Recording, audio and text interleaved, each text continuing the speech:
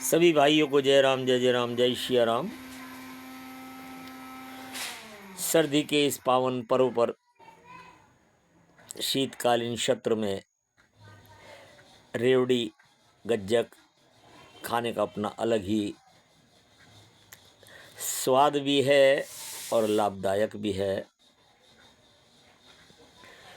ऐसी इस शीतकालीन में आज आपसे गर्मा गर्म कुछ चर्चा करना चाहता हूँ, जो कि अपने आप में अद्भुत है, इत्तेफाक है, या ये कहिए ईश्वर की बनाई हुई इस रचना का पूर्व नियोजित रचना है। 4 अप्रैल 1980 को भारतीय जनता पार्टी का निर्माण हुआ था और उस निर्माणकर्ता जो आज बीजेपी की सरकार का अधिपत्य प्रधानमंत्री देश का श्री नरेंद्र मोदी जी हैं, उनका जन्म ठीक 30 वर्ष पहले 17 सितंबर 1950 को हो चुका था,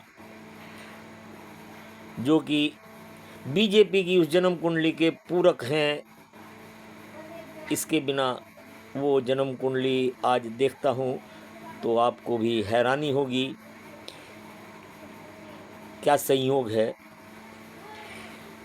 मैं यहाँ तक कहना चाहता हूँ कि जनसंघ, जिसका निर्माण लगभग अक्टूबर 1951 में हुआ था, उससे पहले ही मोदी जी का जन्म हो चुका था, जिसके निर्माता श्यामा प्रसाद मुखर्जी, बलराम मधोक और दीनदयाल उपाध्याय जैसे महान दिव्य आत्माएं थे, जिन्होंने जनसंघ का निर्माण किया और आज वो भारतीय जनता पार्टी के नाम से जानी जाती है। उस समय उसका चुनाव चिन्ह था दीपक और आज है कमल। दोनों ही सनातन के ऐसे चिन्ह हैं जो अपने आप में अद्भुत और हमारे पौराणिक शास्त्रों का प्रत्यक्ष चिन्ह है। चलिए, मैं बात कर रहा था उस अद्भुत मिलन की, पूर्व नियोजित, कि यदि हम बीजेपी की 3 नंबर की जन्म कुंडली को घुमाकर 8 नंबर की जन्म कुंडली बनाते हैं और देखते हैं कि मोदी जी की जन्म कुंडली भी 8 नंबर की है, जिसका लगन का स्वामी वृश्चिक, लगन का स्वामी मंगल है और वो लगन के अंदर स्वयं भाग्य के स्वामी चंद्रमा को लेकर बैठा है नीच राशि में, वृश्चिक राशि में। यही बीजेपी की जन्म कुंडली में वृश्चिक राशि के अंदर नीच का चंद्रमा विराजमान है, जो कि 8 नंबर की यदि बनाते हैं तो हम उसे लगन में पाते हैं। हम बीजेपी की जन्म कुंडली को 8 नंबर की मानकर चल रहे हैं और मोदी की जन्म कुंडली 8 नंबर की है, उसके सामने उसको कैसे परिपूर्ण कर रहा है, कैसे एक दूसरे की पूरक हैं, ये आप देखिए। सर्वप्रथम लगन के अंदर चंद्रमा नीच राशि के बैठे हैं, जो कि भाग्य भाव के स्वामी हैं दोनों जन्म कुंडलियों के अंदर। लगन का स्वामी जो मंगल है, वो दशम भाव के अंदर बैठकर अपनी चौथी दृष्टि से लगन को और चंद्रमा को देख रहा है। यहां मंगल और चंद्रमा की युति मोदी की जन्म कुंडली में लगन के अंदर है। और बुध और केतु, बुध का और केतु का मिलन है, जो कि मोदी जी की जन्म कुंडली में भी है और बीजेपी की जन्म कुंडली की 8 नंबर का लगन बनाते हैं, उसमें भी दशम भाव को देख रहा है और एकादश भाव का स्वामी दशम भाव को देख रहा है बनकर, और दशम भाव का स्वामी सूर्य भाग्य भाव में होकर एकादश भाव को देख रहा है। यानी ये बीजेपी की जन्म कुंडली का भाव है। और यदि मोदी की जन्म कुंडली जी को देखते हैं तो सूर्य, बुध और केतु तीनों ही दशमेश और एकादश, केतु के साथ एकादश भाव में बैठे हैं। यहां भी इन तीनों का मिलन अपने आप में अद्भुत है और वही फल दोनों जन्म कुंडली का राजयोग एक ही बनता है।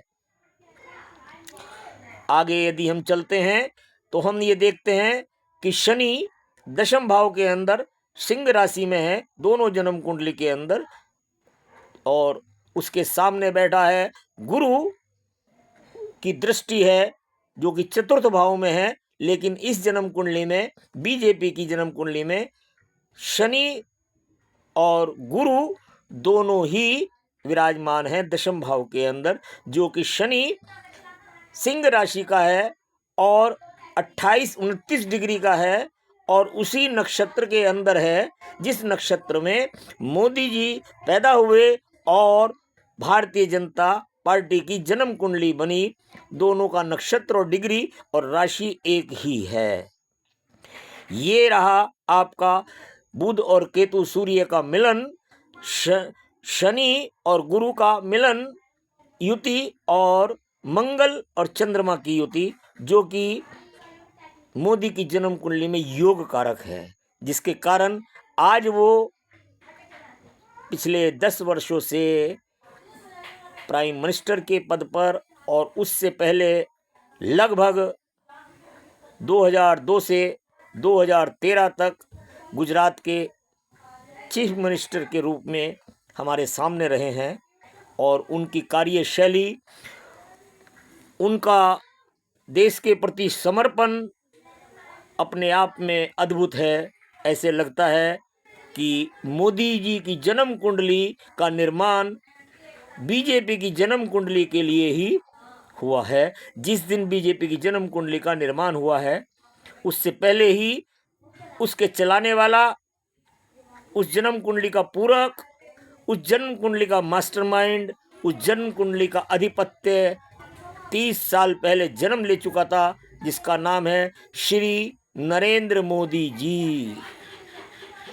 आपको ये संयोग कैसा लगा, कृपया करके अवश्य देखें, दूसरे को शेयर करें, बताएं कि मोदी की जन्म कुंडली और बीजेपी की जन्म कुंडली का एक दूसरे के प्रति कितना आकर्षण, पूरक और एक दूसरे के लिए समर्पित हैं।